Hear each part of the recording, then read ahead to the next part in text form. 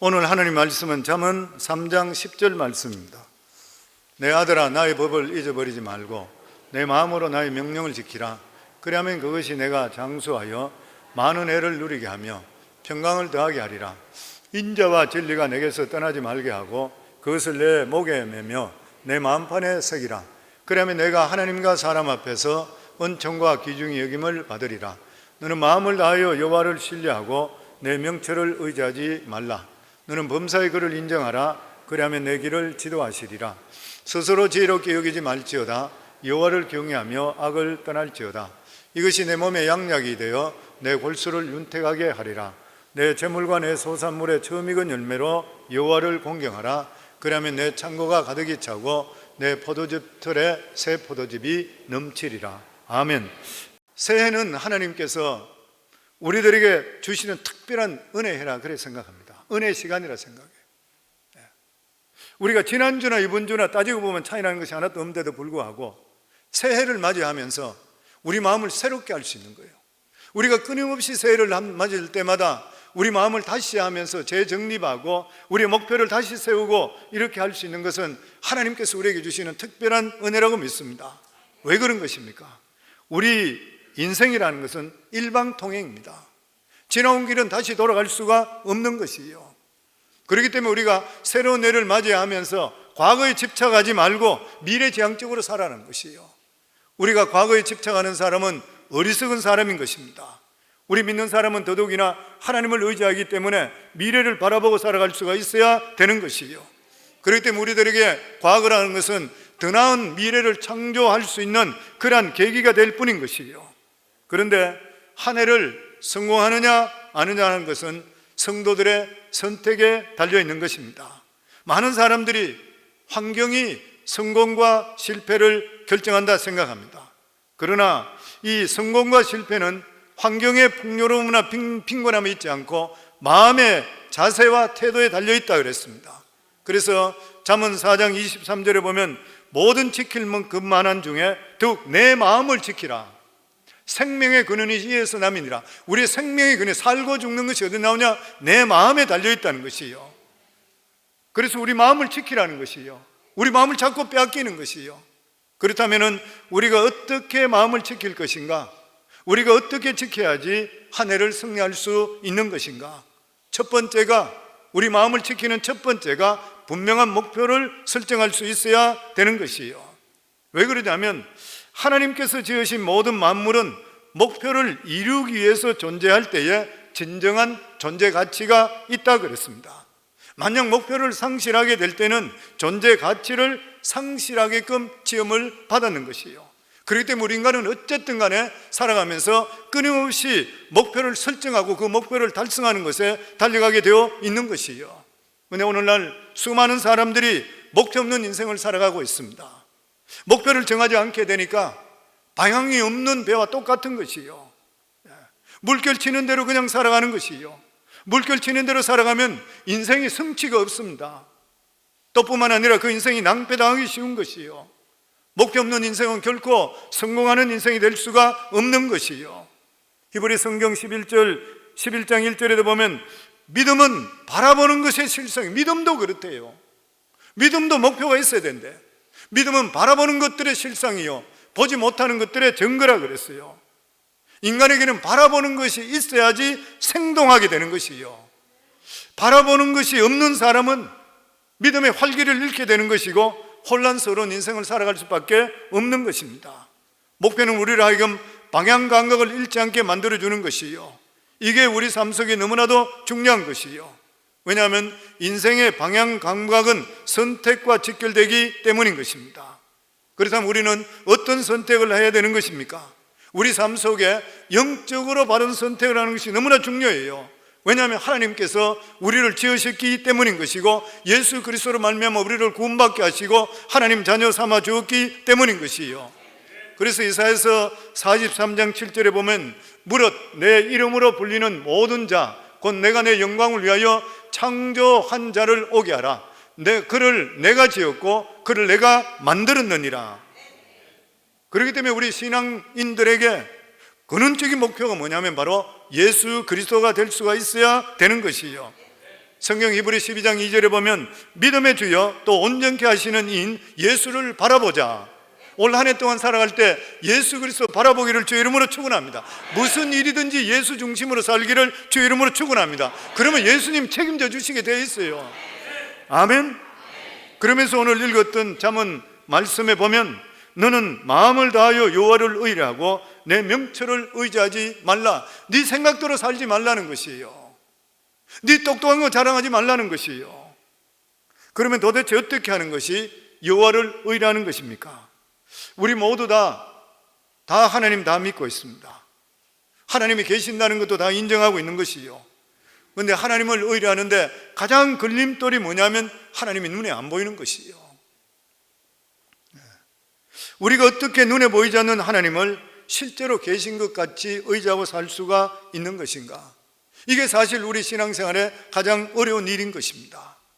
그런데 성도님들, 하나님은 오늘도 살아계시고 불꽃 같은 눈동자로 우리를 지켜보고 계시는 것을 우리가 믿어야 돼요.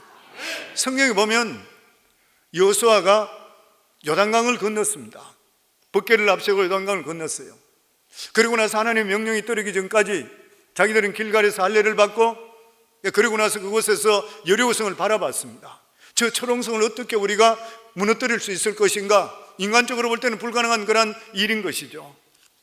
그런데 어느 날 밖에 나가서 여리고성을 바라보고 있는데 칼을 차고 쳐 있는 그런 장군을 보는 것이에요. 그래서 그는 깜짝 놀라서 한 번도 본 적 없는 장군이 서가 있길래 그에게 묻습니다. 너는 우리 편이냐? 아닌 것 같으면 적군 가나안 편이냐? 그렇게 물었을 때 이 장수가 그렇게 이야기합니다. 나는 여호와 군대 장관이라. 지금 내가 여기 왔으니 여호수아에게 말하기를 네가 선 곳은 거룩한 곳이니 발에 신발을 벗으라. 그렇게 명령합니다. 여호수아는 지금까지 말로만 하시던 하나님의 사자가 자기와 함께 하고 있는 것을 실제로 눈으로 보는 것이에요. 이 여호와 군대 장관을 처음 보는 것입니다. 하나님께서 여호수아에게 불안에 떨고 있고 어떻게 될지 모르는 이 여호수아에게 순간적으로 영의 눈을 열어주시는 거예요. 그러면 하나님의 사자가 그곳에 와 있는 것을 보여주시는 것이에요. 만약에 여호수아가 이 여호와의 군대 장관을 무시하고 자기 힘으로 가나안 땅을 진격했다면 어떻게 될 것입니까? 실패했을 것이에요.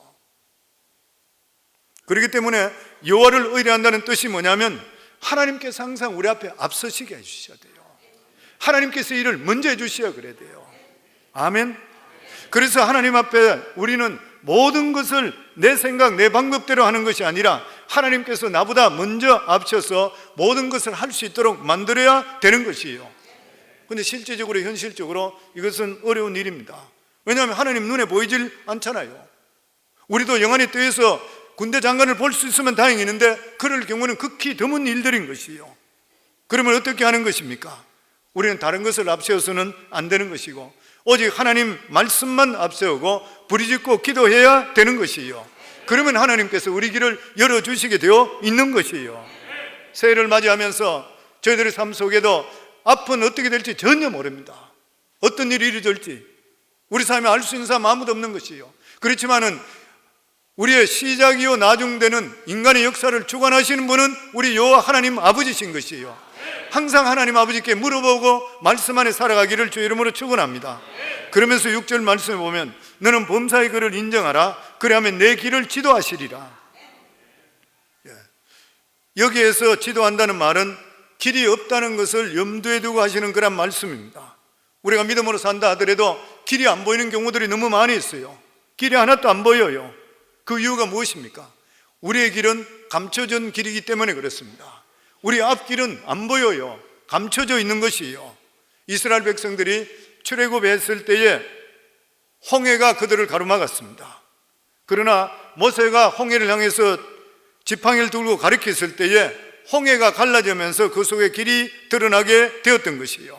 그러니까 성도님들, 원래 살아가는 삶에 우리 앞에 길이 막혔다 하더라도 하나님 안에서는 길이 있다는 것을 믿으시기를 주 이름으로 축원합니다.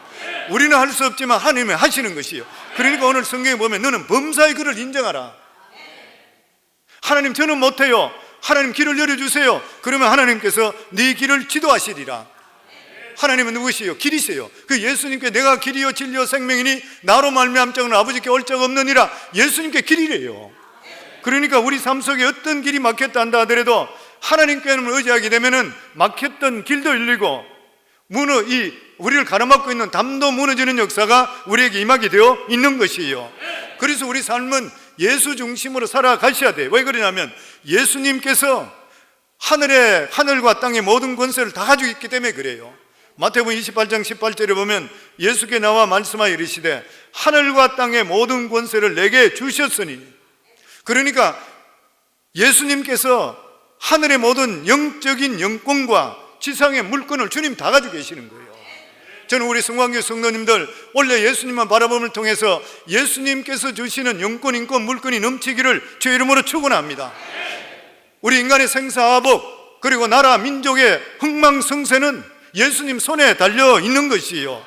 주권자가 일어나게 하는 것도 예수님이 일어나게 하시고 망하게 하는 것도 예수님 손에 달려 있는 것이에요. 왜냐하면 예수님께서 내가 알파와 오메가 되시고 처음과 나중 되시고 시작과 끝이 된다 그랬어요. 그렇기 때문에 예수님은 우리의 절대 주권자인 것이에요. 신명기 32장 39절에 보면 이제는 나 곧 내가 그인 줄 알라. 나 외에는 신이 없도다. 나는 죽이기도 하고 살리기도 하시며 상하기도 하고 낫기도 하게 하나니 내 손에서 능히 빼앗을 자가 없도다. 아멘. 어떤 경우 속에서도 당장에 불이익이 있다 한다 하더라도 예수님만 의지하고 믿음의 행진을 하기를 주 이름으로 축원합니다.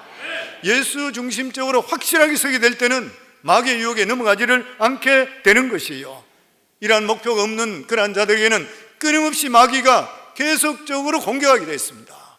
성도, 우리가 믿음 안에 바로 서고 긍정적이고 적극적이고 하나님 기뻐하는 신앙 중심적으로 살면 사탄이 옆에서 절대 참소 못해요. 그리고 하더라도 한 길라도 일길 도망가게 돼 있어요. 어떤 사람이 공격하면 원망하고 불평하고 자꾸만 브레임하고 내가 왜 이럴까, 이런 사람은 사탄이 계속 잊어버려요.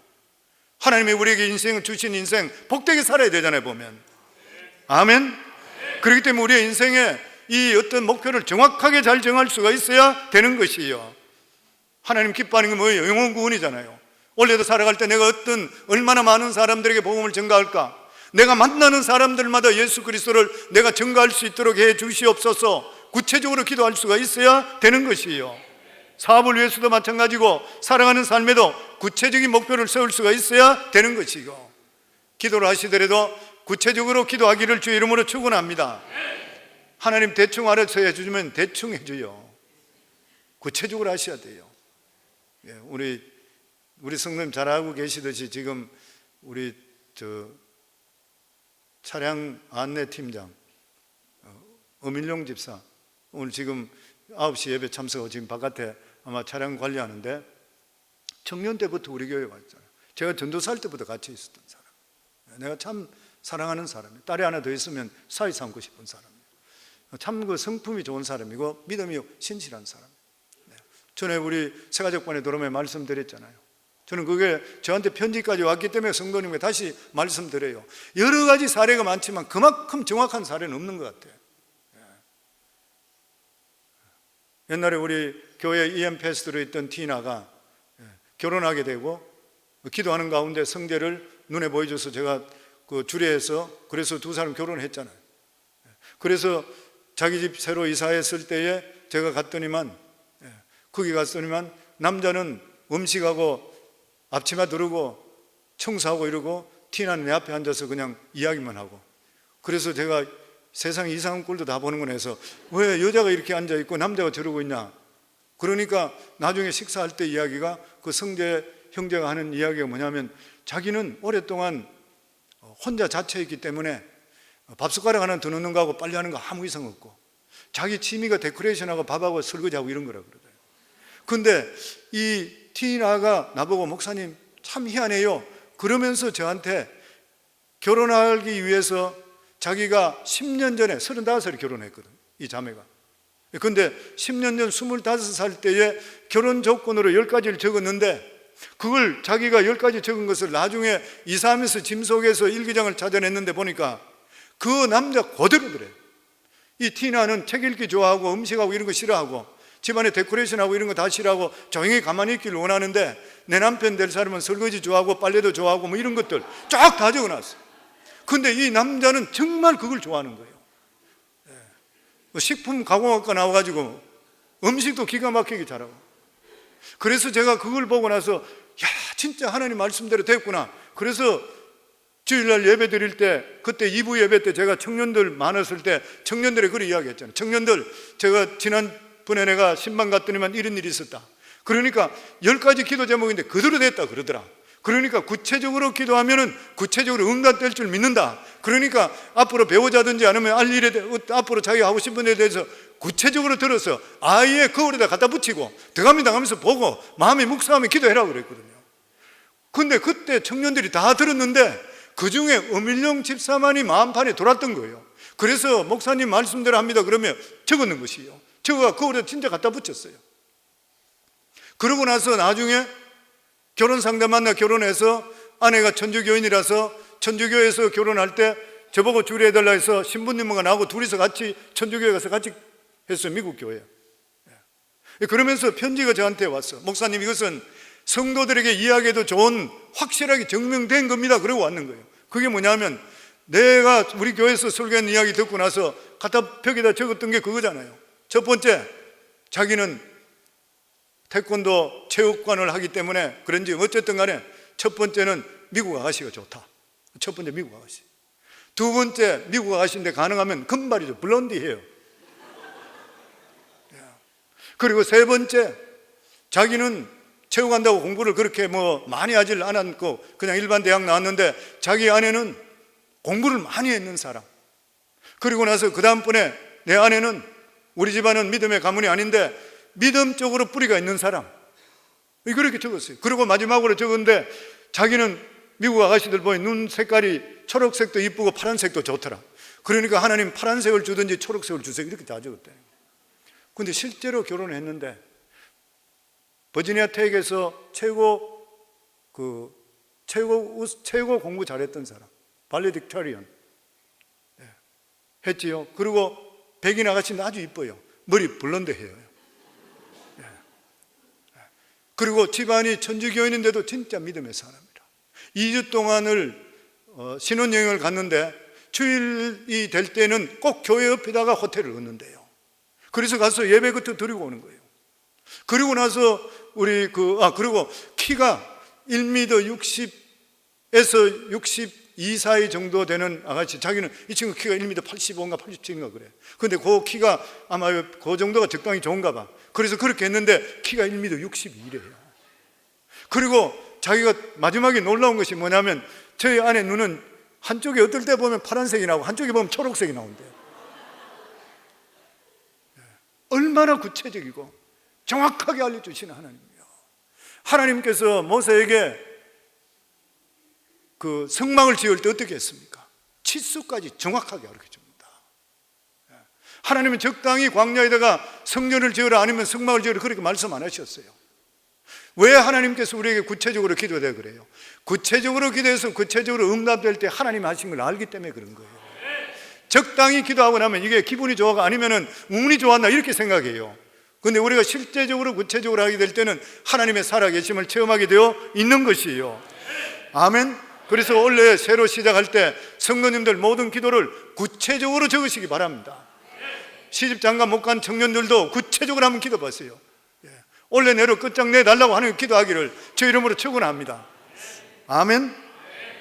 두 번째로 한 해를 시작하면서 저는 이게 너무 중요하다고 생각해요. 찬란한 꿈을 꾸세요. 꿈을 꾸어야 되는 것이에요. 사람의 마음에 꿈을 갖지 않다 그러면 살았다 해도 죽은 자라 그랬잖아요. 반대로 찬란한 꿈을 가진 사람은 생동하는 삶을 살게 됩니다. 하나님께서 믿음의 조상 아브라함을 불러내실 때 꿈을 주셨습니다. 나이 75살은 노인에게. 창세기 12장 1절에 3절에 보면 여호와께서 아브라함에게 이르시되 너는 너희 고향과 친척과 아비집을 떠나 내가 내게 보여줄 땅으로 가라. 하나도 안 보여줘요. 가나안으로 가라 말씀 안 하시고 그냥 무조건 가라 그래요. 내가 너로 큰 민족을 이루고 내게 복을 주어 내 이름을 창대케 하리니 너는 복이 될지라. 너를 축복하는 자에게는 내가 복을 내리고 너를 저주하는 자에게는 내가 저주하리니 땅의 모든 족속이 너로 말미암아 복을 얻을 것이니라 하신지라. 하나님께서는 75세 된 아브라함에게 찬란한 꿈을 주었습니다. 그러자 나이와 상관없이 이러한 꿈을 받았던 아브라함은 갑자기 젊은 사람이 되어버렸어요. 그래서 하늘의 별과 해변의 모래들이 모두 다가 아브라함의 자손이 되어 아버지 아브라함 소리치는 것 같은 걸 느끼는 거예요. 꿈은 믿음을 움직이는 현실입니다. 꿈은 하나님의 복을 담은 그릇인 것이요, 내일을 창조하는 원동력인 것입니다. 그 때문에 재물을 잃을지언정 절대로 꿈을 잃지 말라 그랬어요. 이스라엘 백성이 12정탐꾼을 모아서 가나안 땅을 정탐하게 했을 때에 10정탐꾼은 현실을 보고 자기 꿈을 잃어버렸습니다. 그런데 2정탐꾼 여호수아와 갈렙만은 현실은 절망인데도 불구하고 하나님께 주시는 꿈을 영롱하게 가졌던 것이에요. 그리고 결과적으로 어떻게 됐어요? 10정탐꾼은 다 죽어버렸고 이 2정탐꾼만이 그와 그 자손들이 가나안 땅에 들어가게 됐던 것이에요. 그렇기 때문에 우리가 새해 벽두에 찬란한 꿈을 가지는 건 너무나도 중요한 일인 것이에요. 병아리가 계란에서 나오는 것처럼 여러분의 품은 꿈은 하나님의 때가 될 때 반드시 이루어주시게 되어 있습니다. 아멘. 우리 교회는 슬로건이 밖으로는 해외 선교, 안으로는 자녀 선교예요. 우리 교회가 설립되고 나서부터 끊임없이 계속적으로 부르짖었습니다. 그리고 우리들의 자녀들이 위대한 믿음의 유산을 가지고 미국과 세계를 움직이는, 믿음으로 움직이는 영적 지도자, 정치적인 지도자, 경제적인 지도자, 문화적인 지도자, 미국의 대법관이 나오게 하시고, 그리고 노벨상을 수상해서 인류 이바지하는 자녀들이 나오게 하셔서 끊임없이 부르짖었어요. 그리고 교회가 저희 개척되면서부터 계속 설교할 때 성도님들 앞으로 얼마 있지 않으면 스페니시 대통령이 나오고 얼마 있지 않으면 한국 사람 대통령이 나옵니다. 믿음의 사람이 그렇게 나와야 되기 때문에 우리 자녀들을 믿음으로 키워야 됩니다 하는데 그때는 전혀 감이 없었어요. 근데 미국에 흑인 대통령이 나왔잖아요. 오바마 대통령이 나왔습니다. 2009년도에 나왔어요. 8년 동안 2017년도까지 대통령이 되었습니다. 오바마가 이렇게 대통령이 된 것은 저는 절대로 우연이 아니라고 생각하는 것이에요. 미국이 어떻게 흑인이 대통령이 될 수 있어요? 흑인을 만큼 대접받지 못하는 나라잖아요.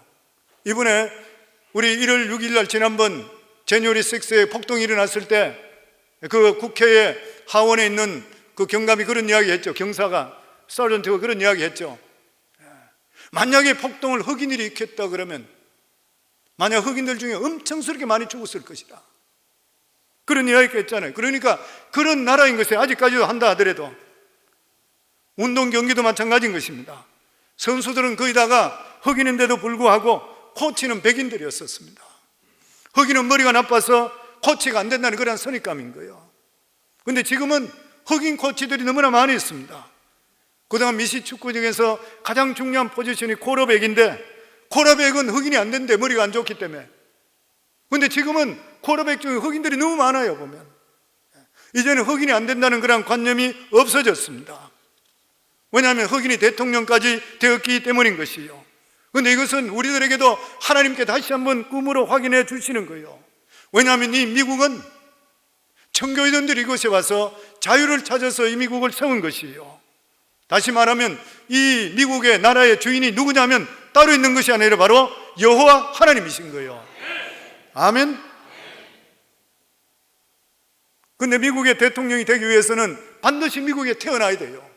그렇기 때문에 우리들의 자녀들이 여기서 2세, 3세, 4세가 될 때는 반드시 거기에서 이제는 똑똑하고 사람을 바로 지도할 수 있는 그런 사람이 온다면 흑인도 되는 판인데, 얼마 있지 않으면 스페니시도 될 판인데 스페니시 숫자가 흑인을 넘어갔잖아요. 그런데 그 틈바구니에서 똑똑한 동양인, 그리고 특별히 한국인들, 저는 분명히 이루어질 줄을 믿습니다. 근데 대통령이 되고 뭐 대법관이 되고 명예를 가지는 거 아니잖아요. 혼탁한 이 세상에 믿음을 가지고 세계를 이끌어 나갈 수 있는 그런 지도자가 우리 자녀 속에 나와야 되는 것이에요. 아니고 그냥 미국 와서 잘 먹고 잘 산다면 왜 미국 왔어요? 대한민국도 잘 살고 있는데. 하나님의 선한 뜻이 있는 것이에요. 저는 이곳에 유대인과 마찬가지로 우리 여기에서 정말 우리 조국을 돕고 대한민국을 도울 뿐만 아니라 세계를 이끌어갈 선교하게 되고, 그리고 또한 우리의 자녀들이 앞으로 믿음을 가지고 미국과 세계를 이끌어갈 수 있는 위대한 인물들이 배출될 수가 있어야 되는 것이에요. 아멘. 그런데 우리는 할 수 없지만 하나님은 하시는 거예요. 아멘. 우리가 그리스도인데도 불구하고 왜 이런 꿈을 꾸지 못해요? 22년부터 부르짖었던 것이에요. 근데 그때부터 사람들은 감이 거의 없었어요. 근데 늘 말씀드린 이제는 그 꿈을 가지는 거예요. 성도들이 왜 감을 못 갖는 것이에요? 그리스도의 본질을 모르기 때문에 그래요. 정체성을 모르기 때문에 그래요. 자기를 바라보기 때문에 그래요. 우리는 별 볼 일 없어요. 저도 마찬가지예요. 아무것도 아닌 것이에요. 그런데 믿음 안에 있다면, 하나님께 함께 하시면 능치 못함이 없는 거예요. 앞으로 20년, 30년, 40년, 50년, 100년, 200년 후에는 우리들의 이 믿음 속에 놀라운 일이 벌어지는 거예요. 이 꿈을 꾸면서 하나님께 기도할 수가 있어야 되는 것이에요. 우리들은 더 이상 이제 종의 영을 가진 것이 아니라 하나님의 영을, 양자의 영을 받았다 그랬습니다. 로마서 8장 15절에 보면 너희는 다시 무수와는 종의 영을 받지 아니하고 양자의 영을 받았으므로 우리가 아빠, 아버지라고 부르짖느니라. 하나님을 이제는 우리가 아빠, 아버지라 부르짖는 것이요. 우리는 이제 하나님의 자녀 되는 것이요. 아버지는 모든 걸 다 가지고 계시는 것이요. 우리는 할 수 없지만 하나님은 모든 것을 하실 수가 있는 분인 것이에요. 그래서 꿈이 없다고 하는 그 말이 뭐냐면 내 안에 생명의 본질을 잃어버렸다는 거예요. 내가 누군지 잊고 사는 것인 것이요. 그래서 꿈의 문제는 꿈으로 끝나는 것이 아니라 본질의 문제인 것이요. 저는 워싱턴 DC에 가면 갈 수만 있다면 마틴 루터 킹 주니어 목사님 그 동상 쪽으로 가려고 그럽니다. 벌써 몇 번 가봤지만 가는 것이요. 글도 읽어보고 기도도 하고 그렇게 해요.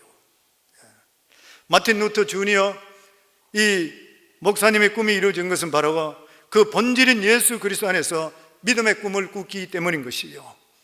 그가 1963년 8월 23일 노예해방 100주년을 맞이해서 링컨 메모리에서 설교했던 명설교 우리가 너무나 잘 알고 있다. I have a dream.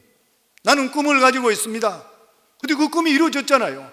저에게 꿈이 있습니다. 언젠가 이 나라가 모든 인간은 평등하게 태어났다는 것을 자명한 진실로 받아들이고 그 진정한 의미를 신조로 살아가게 되는 날이 오리라는 꿈입니다. 언젠가는 조지아의 붉은 언덕 위에 예전에 노예였던 부모의 자식과 그 노예의 주인이었던 부모의 자식들이 형제의 식탁에 함께 둘러 앉아있는 날이 오리라는 꿈입니다. 언젠가는 나의 내 자녀들이 피부색이 아니라 인격에 따라 평가받는 그런 나라에 살게 되리라 오리라는 것을 나는 꿈을 꾸고 있습니다. 오늘 저에게는 꿈이 있습니다. 흑인 소년 소녀들이 백인 소년 소녀들과 손을 잡고 형제 자매처럼 함께 걸어갈 수 있는 상황이 되는 그러한 꿈입니다. 그러면서 그가 위대한 말을 했는 것이 이사야 40장 4절에 있는 메시아 예언입니다. 여기 나오는 것. 저는 꿈이 있습니다. 어느 날 모든 계곡이 높이 솟아오르고 모든 언덕과 산은 낮아지고 거친 곳은 평평해지고 굽은 곳은 곧게 펴지고 하나님의 영광이 나타나 모든 사람들이 함께 그 광경을 지켜보는 꿈인 것입니다. 메시아 예언이죠. 그는 신실하신 하나님을 믿는 믿음 안에서 바라봄의 법칙으로 꿈을 꿨던 것이요. 믿음의 본질이 무엇인 것입니까? 꿈으로부터 시작해요. 믿음의 본질에 대해서 믿음의 장인 히브리 11장 2절에 보면 믿음은 바라는 것의 실상이래요. 바라야 돼요. 바라야 돼. 내가 먼저 바라게 되면 하나님께서 믿음을 통해 실상으로 만들어주세요. 믿음은 바라는 것의 실상이니 보이지 않는 것의 증거니 선진들이 이로써 증거를 얻었느니라. 아멘. 성경의 아브라함 우리 믿음의 조상 창세기 13장 14절에 15절에 보면 롯이 아브라함을 떠난 후에 여호와께서 아브라함에게 이르시되 너는 눈을 들어 너 있는 곳에서 동서남북을 바라보라. 눈이 내서 바라보라. 보이는 땅을 내가 너와 내 자손에게 주리니 영원히 이르리라. 동서사방을 바라보래. 하나도 자기 것이 이루어지지 않는데도 불구하고 먼저 바라보라는 것이에요. 무슨 말인 것입니까? 아브라함이 소유하기 이전에 반드시 아브라함은 바라봐야 된다는 영적인 법칙을 먼저 말씀해 주셨는 것이에요. 이게 뭐예요? 꿈꾸는 것입니다. 우리 삶 속에 꿈꾸는 것이에요. 하나님께서는 그 땅을 확실히 바라봄을 통해서 소유하기를 명하셨다는 것이요. 무슨 말이에요? 영적인 법칙이 뭐냐면 소유가 먼저 오는 것이 아니라 바라보는 것이 먼저예요. 아멘? 바라보는데 돈 드는 거 아니잖아요. 내 입을 10개 열라 꿈을 크게 벌리는 거 우리가 벌려야 돼요. 나를 바라보지 말고 하나님을 바라봐야 돼요. 나는 할 수 없지만 하나님은 하시는 거예요. 꿈을 꾸는 거 나를 바라보면 내 꿈은 적어요. 근데 하나님이 함께 하신다면 나는 이룰 수 없지만 하나님은 이루어주는 것이에요. 우리가 왜 기도해요? 내가 할 수 있는 일은 기도할 필요 없어요. 내가 할 수 없으니까 하는 것이에요. 아멘. 아브라함은 또 자손이 없을 때에 하나님께서 아브라함에게 자손을 얻게 하는 바라봄의 법칙을 사용하게 했습니다. 아브라함이 나이 75세 때 가나안 땅에 들어왔을 때 벌써 하나님은 그를 통해서 큰 민족을 이루겠다고 약속하셨습니다. 창세기 15장에 보면 너 몸에서 날 자가 내 후사가 되리라.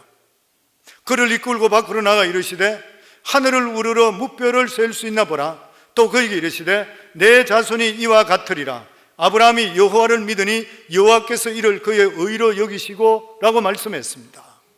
그는 나이가 많아서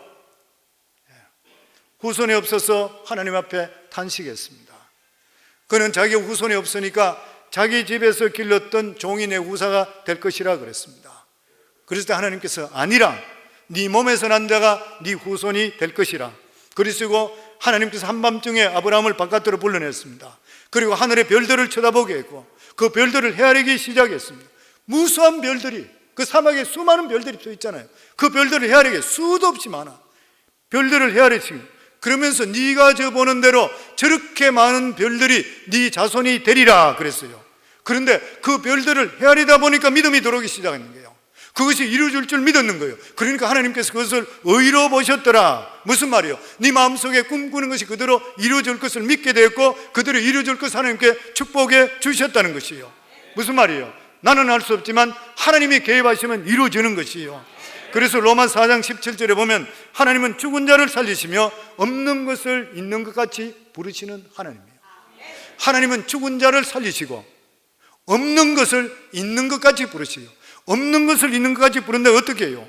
어떻게 없는 것을 있는 것 같이 부를 수 있어요? 없는 집을 어떻게 있는 집 같이 부를 수 있어요? 없는 돈을 어떻게 있는 것 같이 이야기할 수 있어요? 없는 차를 어떻게 있는 것 같이 할 수 있어요? 이것은 꿈과 환상입니다. 우리 속에 꿈과 환상인 것이에요.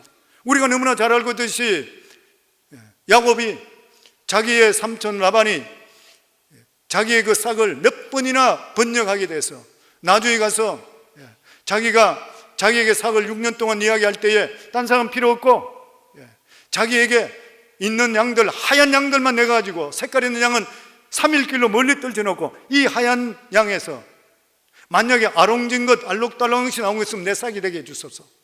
그러니까 자기 삼촌이 생각할 때 횡재만대 때 생각했어요. 어떻게 흰 양에서 알록달록이 나올 수 있어요? 알록달록한 것은 벌써 3일길로 멀리 떨쳐버렸어요. 근데 그때부터 이 야곱에 있는 것이 무엇입니까? 이 양들이 물 먹으러 올 때 거기다가 신풍나무, 단풍나무, 버드나무에다가 무늬를 자꾸 만들어 놨는 것이에요. 그러면서 거기다 상상하는 것이에요. 건강하고 튼튼한 양들은 알록달록한 것이 나기를 하나님께 기도했던 것이에요. 아브라함의 이 꿈을 자기가 가졌던 것이에요. 신기하게도 건강하고 튼튼한 새끼를 놓는 것들마다 아롱진 것을 낳기 시작했어요. 그래서 나중에 야곱은 자기 삼촌보다 더 거부가 됐어요. 이게 어떻게 말로 생명할 수 있어요? 이게 어떻게 상식적으로 되는 일이에요? 이것은 하나님께 주시는 우리 삶 속에 환상과 꿈을 가지고 믿음으로 있을 때 하나님께 이루어주시게 돼 있어요. 성도는 믿음이라는 게 신비한 일이잖아요. 우리가 어떻게 예수 믿고 구원받고 천국 가요? 어떻게 예수 믿는 자들이 안수했는데 병자가 치료돼요? 우리 교회에 폐병 걸리던 폐암 걸린 사람도 살아났잖아요. 당뇨병 걸리가 눈알이 완전히 나간 사람도 기도함을 통해서 눈에 빛이 들어오고 살아나잖아요. 이게 어떻게 상식적으로 돼요? 믿음이라는 것은 신비한 일인 것이에요. 그러니까 우리 삶 속에 믿음의 신비 법칙대로 살아가면 하나님의 능력이 말씀이 우리 속에 임해서 이루어지게 되어 있는 것이에요. 그래서 로마 4장 17절에 우리에게 주신 말씀대로 하나님은 죽은 자를 살리시고 없는 것을 있는 것까지 부르시는 하나님을 믿으시면 믿는 대로 이루어질 줄을 믿습니다. 그러면 마가복음 11장 24절에 보면 그러므로 내가 너에게 말하노니 무엇이든지 기도하고 구한 것은 받은 줄로 믿으라. 그리하면 너에게 그대로 되리라. 기도하고 구한 것은 받은 줄로 믿으래요. 이것도 역시 마찬가지로 내 마음속에 꿈꾸고 상상하라는 거예요. 내 마음속에 환상을 그리라는 거예요. 예전에 제가 어느 목사님 설교하는데 그런 간증을 들었어요. 아주 굉장히 귀한 그런 귀부인이 얼굴에 수심이 가득 차서 목사님을 찾아왔습니다. 목사님, 제가 정말 죽고 싶어요. 그래. 무슨 일입니까? 그래 이야기했더니만 자기 아들이 있고 그 다음 밑에 딸이 하나 있대요. 근데 이 딸이 방탕한 길로 쑥 접어들었는 거예요. 그래서 나중에는 바깥에 나가지고 잠자고 외박하기를 그렇게 마음대로 하고 생활을 엉망진창하다가 나중에는 오빠 친구들하고 관계를 맺고, 그 오빠가 얼굴을 못 들고 다니게 했는데 나중에는 아버지 친구들하고도 관계를 맺는 거예요. 자기 아버지가 부끄러워 살 수가 없는 거예요. 그러니까 온 식구들이 나가서 죽으라는 거예요. 뭐 그렇게 할 수 있잖아요, 보면.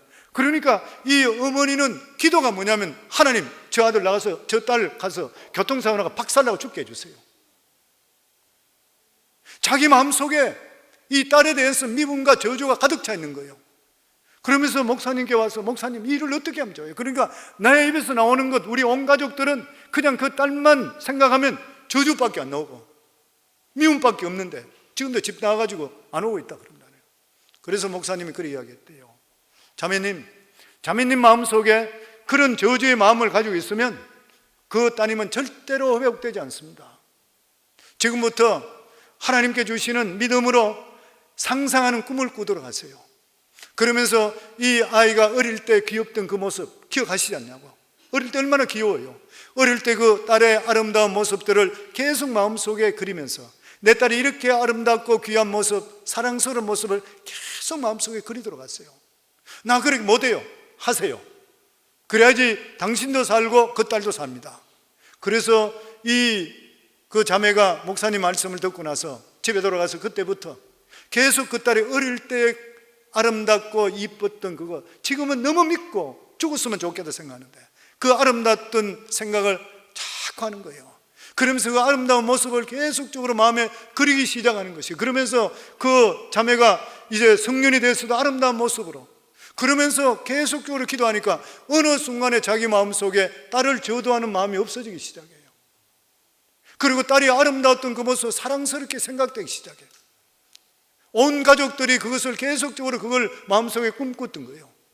그 기도하고 6개월 정도 됐을 때 이 딸이 바깥에서 방탕하고 돌아다니다가 내가 정신을 차리면서 내가 이렇게 살아면 뭐 하겠나? 나는 이제 죽어야 되겠구나. 인생 목숨을 끊어야 되겠구나. 근데 끊기 전에 우리 부모 얼굴이라도 먼빛이라도 한번 봤으면 좋겠구나. 그래서 딸이 6개월 만에 집에 와서 배를 눌리는 거예요. 그럴 때 얼굴을 보고 나서 어머니가 욕을 하면 그냥 도망가려고 그랬던 거예요. 근데 그 배를 누는 순간 어머니가 보더니만 어머니 얼굴이 확 피면서 막 맨발로 쫓아오면서 문을 열고 딸을 안아주는 거예요. 딸아, 내가 얼마나 너를 사랑한 줄 아니? 얼마나 너를 기다린 줄 아니? 너는 나의 사랑하는 딸이야. 너는 누가 뭐라 그러더라도 내 생명과도 바꿀 수 없는 너무나 귀한 딸이야. 그러니까 이 딸이 거기서 막 펑펑 울기 시작하는 거예요. 그러면서 이 어머니와 아버지와 오빠에게는 벌써 이 딸이 아름답게 어릴 때 그 모습으로 이미 바뀌어져. 꿈속에, 환상 속에 바뀌어 있으니까 그걸 품어주는 것이요. 그리고 수년이 지났답니다. 근데 이 목사님 간증에 보면 어느 날 자기에게 왔던 그 집사님이 중년 여성인데 아주 젊은 귀부인 하나를 같이 데려왔더래요. 목사님 인사드리러 왔습니다. 그러면서 하는 말이, 목사님, 제가 와서 그때 할 때 우리 딸을 내가 교통사고나 죽든지 죽이고 싶다 그랬지요. 그렇죠, 제가 기억하고 있습니다. 그러니까 옆에 있는 보면서, 목사님, 기도했던 그 딸이 바로 이 아이입니다. 그래요. 목사님 깜짝 놀랐대. 그렇게 얼굴이 좋고 아름다울 수가 없더래요. 그 딸이 지금은 대학 교수 만나서 행복하게 믿음 안에 살고 있습니다. 목사님께 저에게 주시는 말씀대로, 성경의 말씀대로, 우리가 환상을 가지고 꿈을 꾸는 대로 우리가 믿음으로 살아가게 될 때는 하나님께 이루어주신다 했는데 우리 가정을 살리고 내 딸을 살렸습니다. 그래요. 사랑하는 성도님들, 아직까지 남편이 믿음 안에 들어오지 않고 있습니까? 아니면 아내가 들어오지 않습니까? 자녀들이 곁길로 나오고 있습니까? 우리 삶 속에 부모님들이 자녀들에 대해서 남편이나 아내에 컴플레인하기 전에 아름답고 영롱한 꿈부터 먼저 꿀 수 있기를 주 이름으로 축원합니다. 믿음은 바라는 것의 실상이라 내가 먼저 바랄 수가 있어야 돼요. 바라보면서 아름답게 꿈꿀 수 있기를 주 이름으로 축원합니다. 그러면 하나님의 때가 될 때 놀라운 역사가 우리 삶 속에 임하게 될 것이에요. 아멘. 그리고 이러한 꿈을 이루기 위해서는 말씀을 부여잡아야 됩니다. 히브리 11장 3절에 보면 믿음으로 모든 세계가 하나님의 말씀으로 지어진 줄 우리가 아나니 보이는 것은 나타난 것으로 말미암아 된 것이 아니니라. 이 세상은 허상이라는 거예요. 하나님 말씀이 실상이라는 것이에요. 환경이 어떻다 한다 하더라도 하나님 말씀 붙드시라는 것이에요. 그러면 하나님께서 이루어주시게 되어 있는 것이에요. 아멘. 아브라함은 실상이 아닌 허상에 눌려서 하나님의 실상을 잃어버린 적이 있습니다. 허상을 따라서 애굽에 내려갔다가 얼마나 낭패를 당한지 모르고 아내까지 빼앗기는 그런 일이 생겼습니다. 그는 환경을 볼 때에 너무나 힘들고 기근이 들어서 하나님의 약속의 땅인데도 불구하고 물어보지 않고 그들은 가나안 땅을 떠나서 애굽으로 가버렸습니다. 말씀에 떠나게 되니까 허상을 따라가는 것이에요. 환경을 따라가 버렸습니다. 나중에는 엄청스러운 고통을 당하게 되었습니다. 아주 좋은 경험을 하게 됐던 것이죠. 그리고 나서 아브라함의 나이가 100세, 99세가 되고 그 아내 나이가 89세가 되었을 때, 90이 되었을 때 하나님께서 아브라함에게 자손을 주시겠다 약속했습니다. 옛날로 생각하면, 감정적으로 생각한다면, 감각적으로 생각한다면 어림없는 일인 것이요. 나이 100살, 아내가 90살에 이성적으로 경험적으로 자식을 못 놓는 거예요.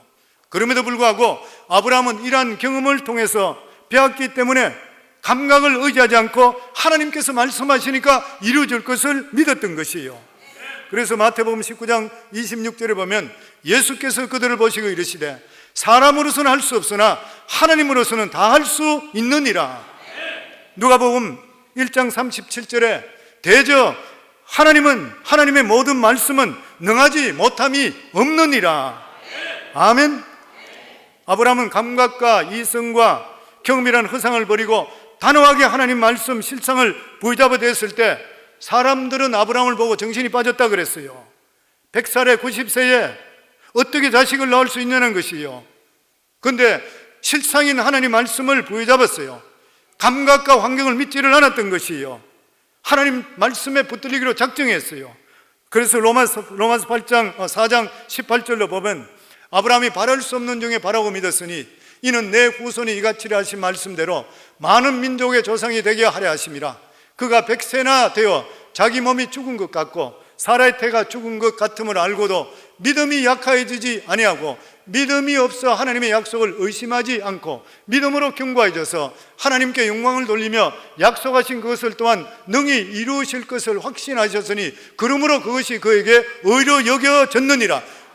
아브라함은 믿음의 조상이 될 조건이 충분한 것이에요. 아멘. 바랄 수 없는 중에 바랐다는 것이에요. 왜냐하면 실상을 부여잡았기 때문인 것이에요. 성도님들, 하나님 말씀은 실상입니다. 우리 한번 복창할까요? 하나님 말씀은 실상입니다. 실상이란 뭐예요? 참되고 확실한 것이라는 거예요. 신앙생활 오래 하면 할수록 겪는 거. 어제 간증할 때도 그랬잖아요. 많은 분들이 실상인지 모르고 있다가 정말 말씀 붙들고 세월이 지나니까 그게 진짜로 이루어진 걸 느낀다는 거예요. 그리고 꿈을 이루기 위해서는 둘째가 기도인 것입니다. 꿈대로 이루어진다는 말이 무슨 것이요? 기도대로 이루어진다는 것입니다. 기도하는 인생이 꿈을 이루는 것이요. 기도는 내가 할 수 없는 일을 하나님께 하시는 능력인 것이요. 기도하면 하나님이 개입하십니다. 기도하기 전까지는 하나님이 방관하십니다. 우리 예수 믿는 거 맹목적으로 있는 거 절대 아닌 것이에요. 기도해야 돼요. 제자들이 예수님과 함께 갈릴리 바다를 건너갈 때에 자기들끼리만 의뢰서 예수님을 도외시했습니다. 그럴 때 예수님께서는 그냥 거기에서 주무셨습니다. 그런데 갑작스럽게 폭풍우가 몰려와서 배가 물이 들어오고 가라앉을 것 같게 됐을 때, 그때서 주무시고 계시는 예수님을 깨워서 주여 우리를 살려주소서, 우리가 죽게 되었습니다. 그랬을 때에 예수님이 일어나서 폭풍과 파도를 꾸짖었을 때에 파도와 폭풍이 잠잠해졌다 그랬습니다. 무슨 말입니까? 기도로 요청하기 전까지는 가만히 계셨다는 것이에요. 그렇기 때문에 어떤 인생이 위대한 인생인 것입니까? 하나님 아버지와 기도로 교통하는 인생이 위대한 인생입니다. 전에도 말씀드렸죠. 일반적으로 건물을 지을 때에 3층 정도 눈으로 보이는 건물을 지을 때는 GPS가 필요 없다 그러죠. 그냥 눈으로 보는 대로 짓는 거예요. 그런데 5층 빌딩 100층씩 이렇게 지을 때, 예전에 두바이에서 짓는, 삼성에서 짓는 이런 건물들, 이런 건물 100층씩 이래 짓는 것은 시간 순간 GPS로 잡아야 된답니다. 그렇지 않으면 이게 방향이 잘못되게 되면 나중에 가서 완전히 무너지고 엉망이 되어버리는 것이에요. 무슨 말이죠? 저는 이 말씀이 우리 삶 속에 굉장히 중요하다 생각해요. 우리 인생, 일반 삼류 인생 사는 사람은 하나님과 교신할 필요가 없어요. 그런데 정말 우리가 높은 빌딩, 위대한 인생을 살기 위해서는 하나님과 매 시간 교신해야 돼요. 매 시간 하나님과 교통하며 기도할 수가 있어야 되는 것이에요. 그래서 뭐예요? 기도하면 있고, 기도 안 하면 없다. 기도하면 하나님 책임, 안 하면 내 책임이요. 기도하면 누구 책임? 하나님 책임이요. 기도하면 무조건 감사하셔야 돼요. 결과는 하나님이 책임져 주시기 때문인 것이에요. 그리고 우리가 한 해를 올바로 살기 위해서는 새로운 언어를 사용해야 됩니다. 저는 우리 교회 성도님들에게 각인될 수 있을 정도로 계속적으로 말씀드리는 것이, 우리 입술의 고백이 긍정적이고 적극적이고 창조적이고 생산적이고 희망적이고 건설적으로 말하라 그래요. 굉장히 중요한 원리인 것이에요. 그리고 우리 교회에서 성도님들께 맞는 말 하는 것이 아니라 믿음의 말 하라 그러죠. 맞는 말은 사람을 못 일으킵니다. 믿음의 말을 하면 사람을 일으켜 세워요. 아멘? 왜 그런 것입니까? 말에는 3가지 힘이 있다 그래요. 첫 번째가 각인력이라 그래. 이것은 뇌 세포에 각인시키는 힘이 있대. 말이 무슨 말을 하든지 무슨 말을 듣든지 그것이 먼저 내 머릿속 뇌 세포에 새겨진대요. 이게 말의 힘이라 그래요. 그래서 자라면서 이 죽일 놈아, 나쁜 놈아, 너는 잘못된다 계속 듣게 되면 애는 망치게 돼 있어요. 남편보다 당신 하는 일이 뭐가 있어? 하는 일이 뭐 그것밖에 안 돼 이러면 그 남자는 계속 그거 들으니까 나는 안 된다 하고 할 수밖에 없어요. 얼마나 중요한지 몰라요. 두 번째가 견인력이라 그랬어요. 뇌 세포에 새겨지는 말, 이거는 내 척추 신경을 자극해서 행동으로 나타나게 한대. 말이 만큼 중요한 것이에요. 그래서 한국말에도 말이 씨가 된단 말이에요. 말 속에는 씨가 들어있다는 거예요. 그 씨가 뿌려지면은 싹이 나게 돼 있고 열매가 맺히는 것이에요. 무슨 말인 것이에요? 말의 운명이 결정된다는 거예요. 세 번째가 청취력이라 그랬습니다. 말은 하는 대로 이루어지는 힘이 있다 그랬어요. 너무 중요해요. 원래를 새로 살아가면서 한 해 동안 살게 작정해야 돼요. 최고의 경영자 예수라는 책을 썼던 로리 베스 존스 여사가 다른 책을 하나 썼습니다. 그게 뭐냐면 억만금의 재산보다 한 줄의 예언을 물려주라. 그리고 책 내용을 보면은 유언을 하더라도 축복이 되는 유언을 하라. 무슨 말이에요? 사람들에게 이야기할 때 계속 축복하는 말을 하래. 계속 축복이에요. 성도님 자녀들 위해서도 축복하시기 바랍니다. 주위에 있는 성도들을 보기도 기도할 때 축복해 주시기 바랍니다. 계속 축복하셔야 돼요. 축복이 그 사람 안 받아들이면 나에게 돌아온다 그랬잖아요.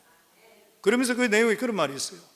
마이클이라는 사람이 알코올 중독자 아버지 밑에서 자라났습니다.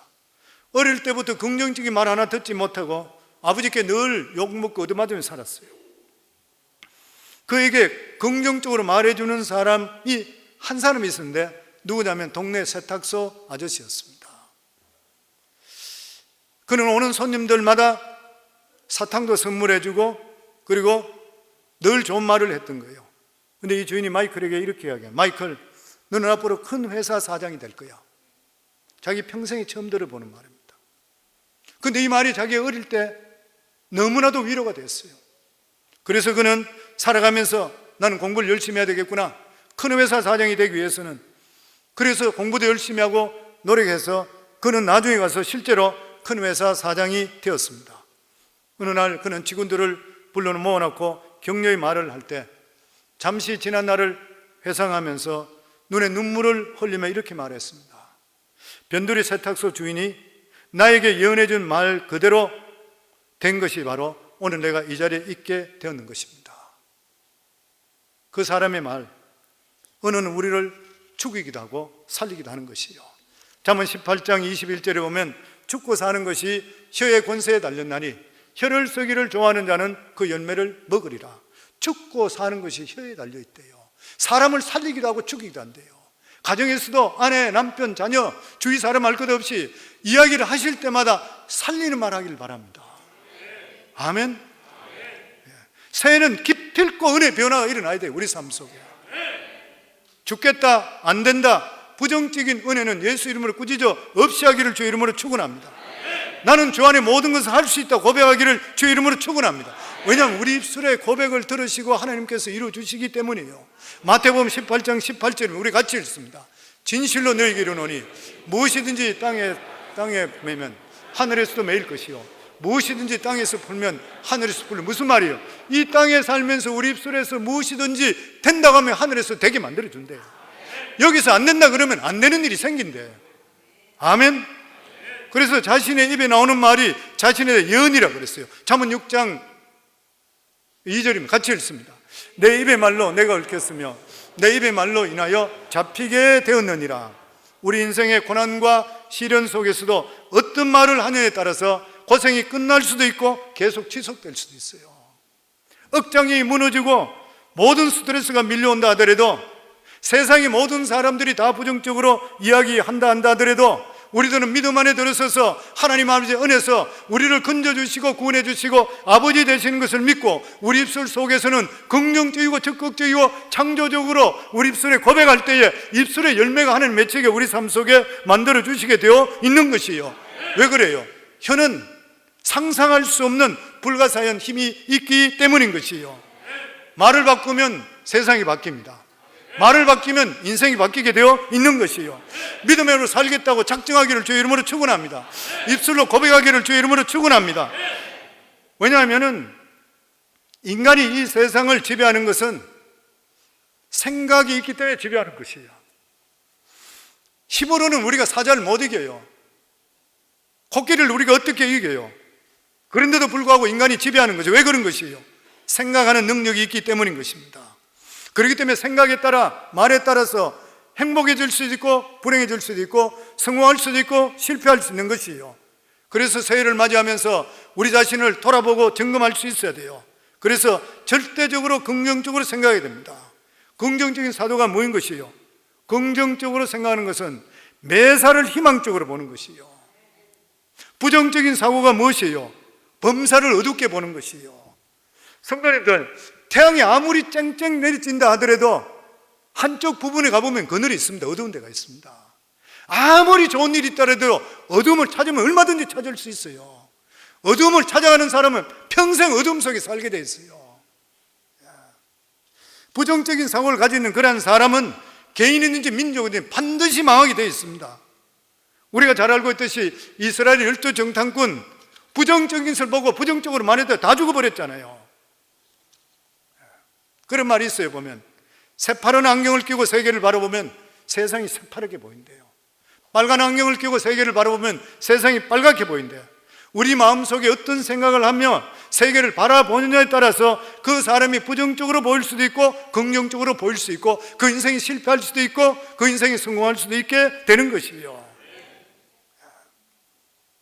그리고 적극적인 사고방식을 가져야 됩니다. 마음속에 꼭 가져야 돼요. 적극적인 사고방식이 뭐예요? 나는 할 수 있다는 것이에요. 나는 할 수 있다는 것이에요. 소극적인 태도는 큰일을 결코 할 수가 없습니다. 성경에 보면 예수님께서도 적극적인 자를 축복해 줬어요. 예수님이 광야에 나갔을 때 남자만 5,000명이 따라다녔습니다. 여자와 어린아이 가만 기만 명인 것이에요. 그들이 말씀에 심취해서 배가 고팠을 때 예수님께서 제자들에게, 특히 빌립에게 이들에게 먹을 것을 주라 그랬습니다. 빌립은 적극적인 사람이 아니고 소극적인 사람입니다. 자기가 안 되면 안 되는 사람이에요. 그 무슨 계산을 굴려보니까 안 돼요. 200데나리온, 지금으로 따지는 것 같으면 3만 불, 4만 불의 돈이 있더라도 이 사람 다 못 먹이고 떡도 광야에서 먹고 합니다. 그냥 안 된다 그랬어요. 부정적으로 대답해 버렸어요. 왜냐하면 예수님이 하나님이신 걸 생각하지 않고 자기 생각으로만 이야기했어요. 소극적인 사람은 소극적인 일에 부딪히게 될 때 모든 것을 회피하려고 그래요. 근데 안드레는 그렇지 않았습니다. 그는 적극적인 사람이었어요. 예수님께서 먹이라고 했으니까 할 수 있다는 신념이요. 자기 자신은 안 돼요. 근데 예수님께 말씀하셨잖아요. 그러니까 돌아다녀 보니까 어린아이 하나가 보리떡 5개, 물고기 2마리 가지는 조그만 점심 도시락을 가져왔어요. 그래서 그걸 들고 왔어. 인간적으로 할 수 없어요. 예수님 갖다 놓으면서 인간적으로 할 수 없지만 주님 가져오라 해서 가져왔습니다. 그러니까 예수님께서 그 적극적인 그 신앙을 보시고 축복하실 때 5,000명을 먹이고 12광주리에 남는 역사가 임했는 것이에요. 할 수 없다는 사람은 안 돼요. 할 수 있다는 사람은, 믿음으로 할 수 있다는 사람은 주님께 역사해 주실 줄을 믿습니다. 하나님은 절대로 소극적인 사람과 함께하지 않아요. 하나님은 적극적인 사람과 함께하게 되어 있는 것이에요. 숄로 박사가 이런 말을 했습니다. 사람이 걸어가다가 앞에 산이 막히면 돌아갈 것이요, 만약에 돌아갈 수 없으면 터널을 뚫을 것이요, 터널을 뚫지 못한다면 이 산이 모두 금덩어리가 되라고 기도해야 된대요. 그리고 우리는 창조적인 사고방식을 가져야 돼요. 창조적인 사고방식이란 무엇인 것입니까? 어려운 일이 부딪힌데도 불구하고 해결할 방책이 분명히 있다. 아이디어 개발인 것이에요. 저는 성경에 보면서 아이디어를 최고로 개발 잘했는 사람이 누구냐면, 그 중에 한 사람이 누구냐면 이 중풍병자 데리고 왔던 내 친구라 생각합니다. 예수님 찾아간 병 고칠 때 찾아왔는데 사람들이 인산인해를 이루어서 감히 바깥에서 들어올 수가 없게 되잖아요. 다른 사람들 다 포기했을 것이에요. 방법이 없는 일이잖아요. 근데 이 사람은 어떻게, 창조적인 아이디어예요.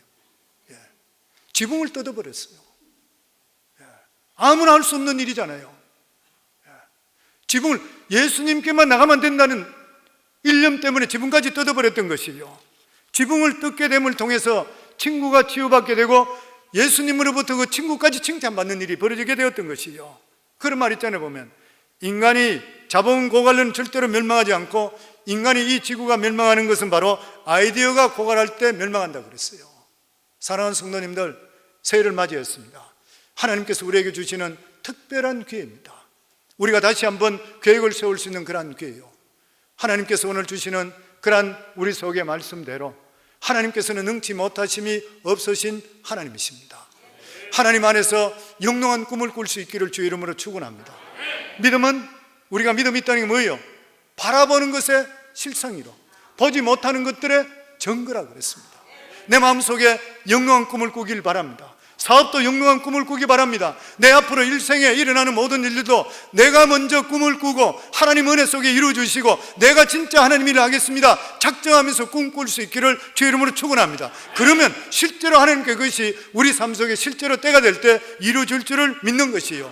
그렇게 하기 위해서는 우리 삶의 자세가 항상, 우리 따라하시오, 내가 항상 말이 긍정적이고 적극적이고 창조적이고 희망적이고 건설적으로 고백한다.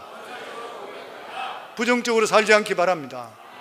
환경이 어떠하든 간에 내 입술로서는 하나님께서 나와 함께 하시기 때문에 나는 못하지만, 우리 같이 따라하지요. 나는 못하지만 하나님이 함께 하기 때문에 모든 것은 이루어질 수 있다. 아멘. 별 볼 일 없는 인생, 우리 다 그렇잖아요. 우리 너무나 연약하잖아요. 그런데 하나님께서 함께 하실 때, 마틴 루터 킹 주니어 목사, 그분의 꿈과 같이 I have a dream, 나는 목회자지만 나는 드림이 있습니다. 우리 성광교회 성도님들, 우리들 자녀들 속에서 언젠가는 믿음으로 세계를 이끌어 나갈 수 있는 위대한 인물들, 하나님의 기뻐하는 그런 사람들, 비록 우리가 대한민국을 떠나 여기 와 있다들 그냥 왜 왔겠어요? 여기 와서 그냥 잘 먹고 잘 사는 것, 우리 인생이 얼마나 별 볼 일 없잖아요. 새끼 먹는 건 아무것도 아니잖아요. 이제는 우리 자손들, 우리들이 믿음으로 이곳에 뿌리를 내려서 우리들의 후손이 미국과 전 세계를 이끌어 나갈 수 있는 하나님의 위대한 자녀들이 다 될 수 있는 이러한 복된 가문을 일으킬 수 있기를 주의 이름으로 축원합니다.